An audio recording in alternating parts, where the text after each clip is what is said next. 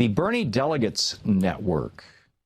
This was new to me, but it is actually a coalition effort between Roots Action for Political Revolution and Progressive Democrats of America. Jeff Cohen is a member of both, and he, in fact, was the contact on this press release. Jeff's been a guest on this program many times. He teaches media.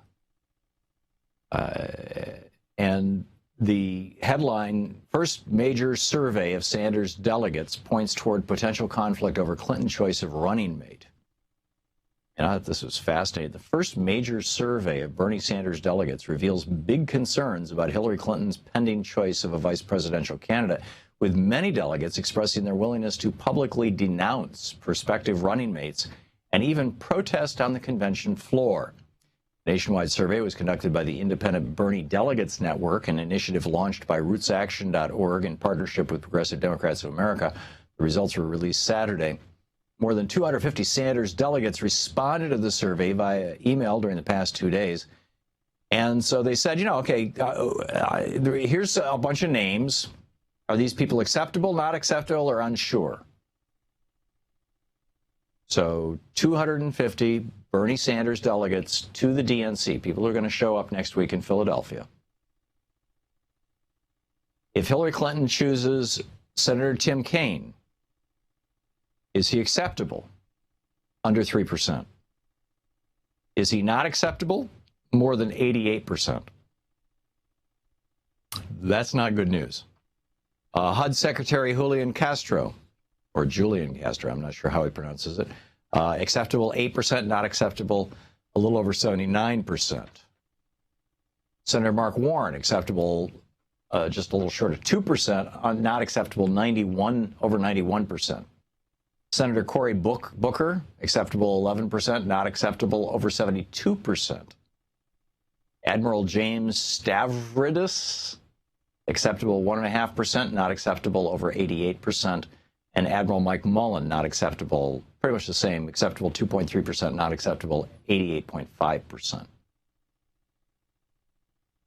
The vast majority, Jeff Cohen writes, the vast majority of surveyed delegates said that if Clinton, quote, selects as her vice presidential running mate one of the individuals whom you've marked as unacceptable or someone politically similar, they would seriously consider participating in one or both of the following actions.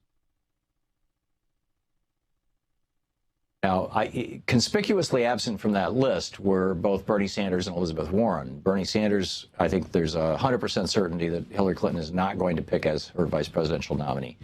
But Elizabeth Warren is a serious contender, I believe. I hope.